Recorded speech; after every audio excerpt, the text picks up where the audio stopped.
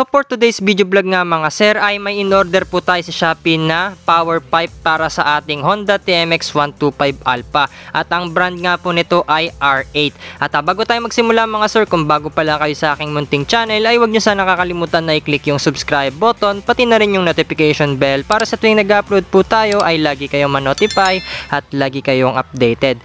At simulan na natin.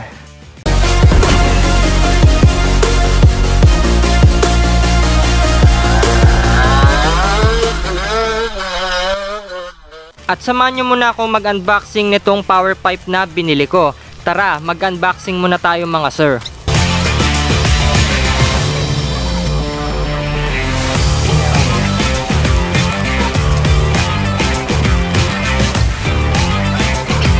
At nung na-unboxing na nga natin mga sir, ito po yung bubungad na laman sa loob. So talagang balot na balot po siya dito mga sir ng bubble wrap at ng tela. So yan, i-open na nga po natin yung laman ng bubble wrap. So makikita nyo po dyan, ito po yung elbow niya mga sir.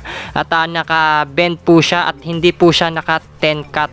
Ayan, napakaganda po ng elbow dito na pagkakabend. Tapos ganito na po yung pinaka ulo niya and then yung lalagyan ng nut dito sa may makina natin. So ang ganda rin po ng welding dito, talagang pulido po yung pagkakagawa dito mga sir. At nabili ko po pala ito sa Shopee sa halagang 1,600 pesos mga sir.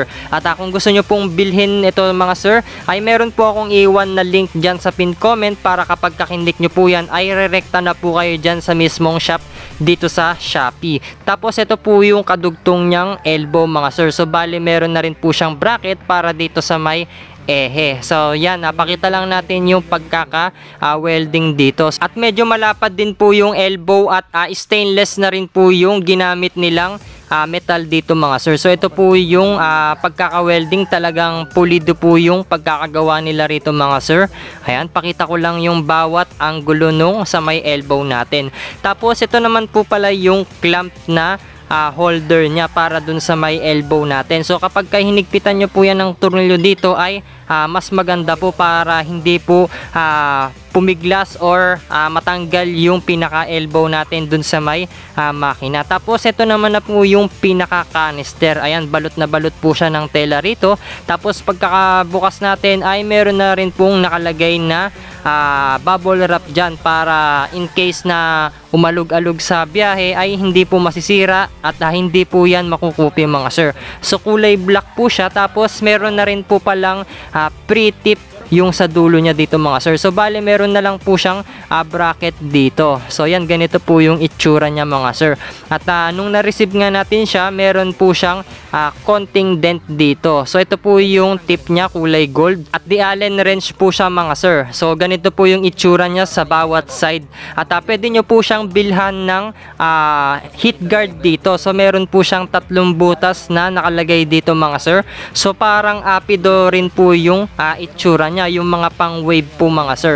So ito nga po yung mga dent niya mga sir. Ayan, so normal lang siguro yan, hindi natin maiwasan dahil sa pagkaka-deliver.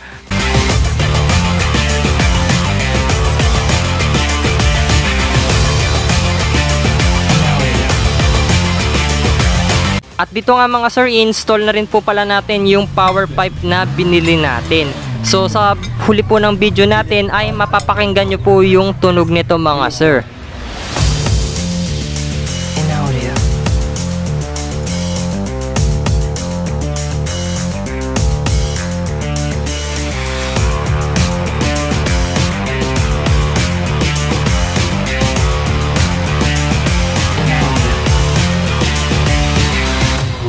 Sunod naman po nating ilalagay yung bracket niya dito mga sir. So dyan po natin siya banda ilalagay sa may ehe. So ganito po yung pagkakalagay natin mga sir. At dun nga po sa dulo, dun po natin ilalagay yung clamp bracket mga sir. So higpitan lang din natin yung nut dito sa may ehe natin.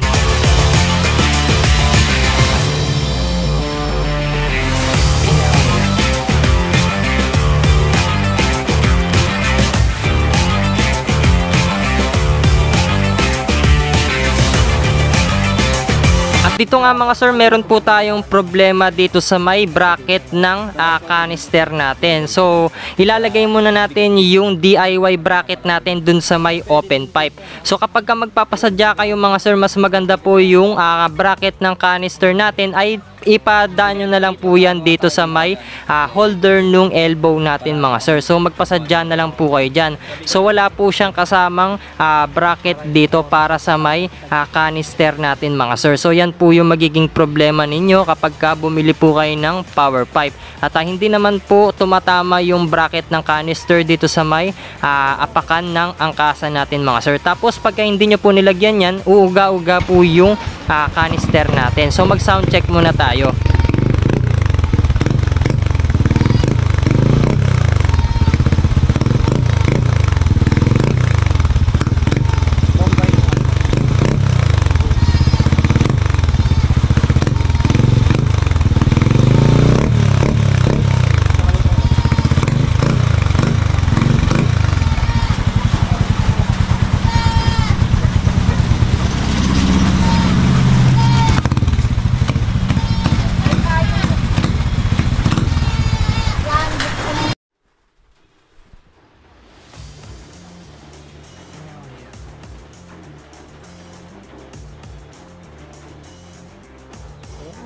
Grip niya, grasa.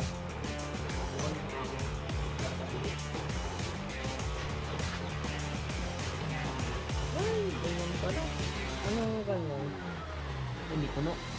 At dito nga mga sir, binuksan namin yung tip dito sa dulo. Tapos ang problema rin po dito ay hindi po puno yung fiber na nilagay. So umuuga-uga po yung nakalagay dito sa gitna niya, yung screen niya siguro to mga sir. So ganito lang po yung itsura niya at alaman niya sa loob mga sir. At dito nga mga sir, hindi rin po pulido yung pagkakalagay nila dito. Dapat nandito po yan sa may ehe. So siguro nasobrahan dun sa may elbow ng canister natin dito mga sir. So pwede po kayo magpasadya na putulin yung dito para pumantay po yan, kasi medyo mahaba na po yung tambutso natin dito mga sir.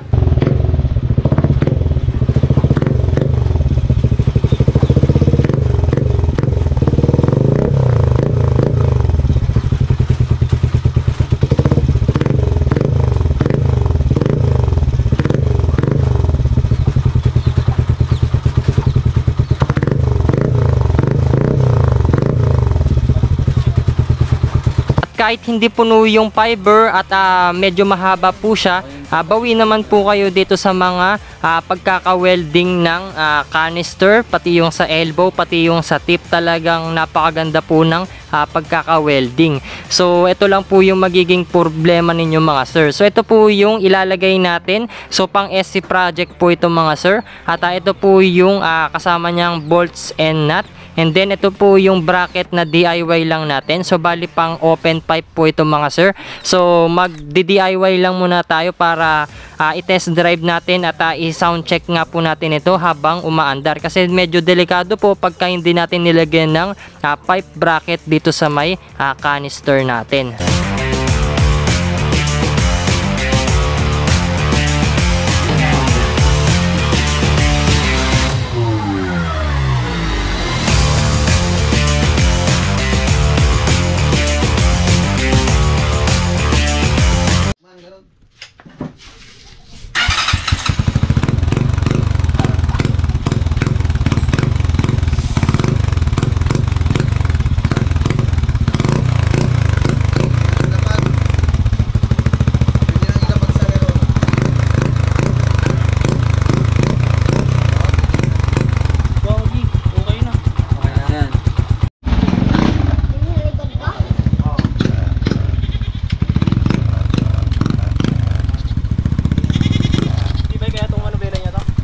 Ewan ko lang.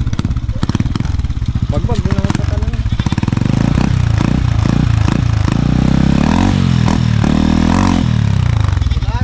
Baintol.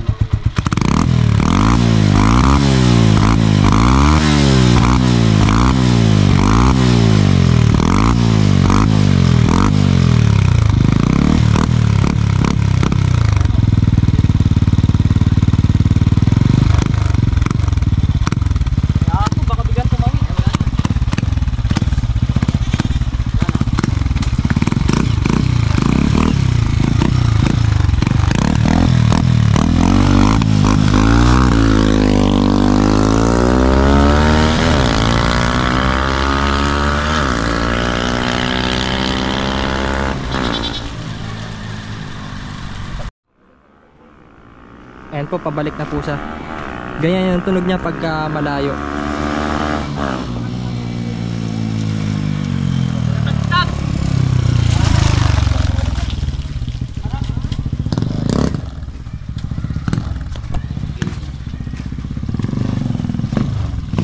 Hindi lang ilapag yan.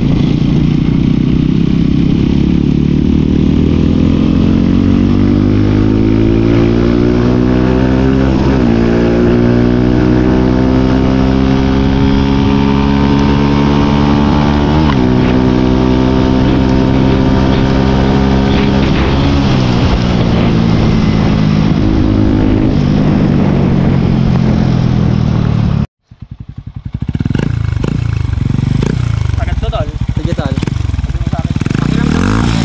Pakiramdaman mo lang.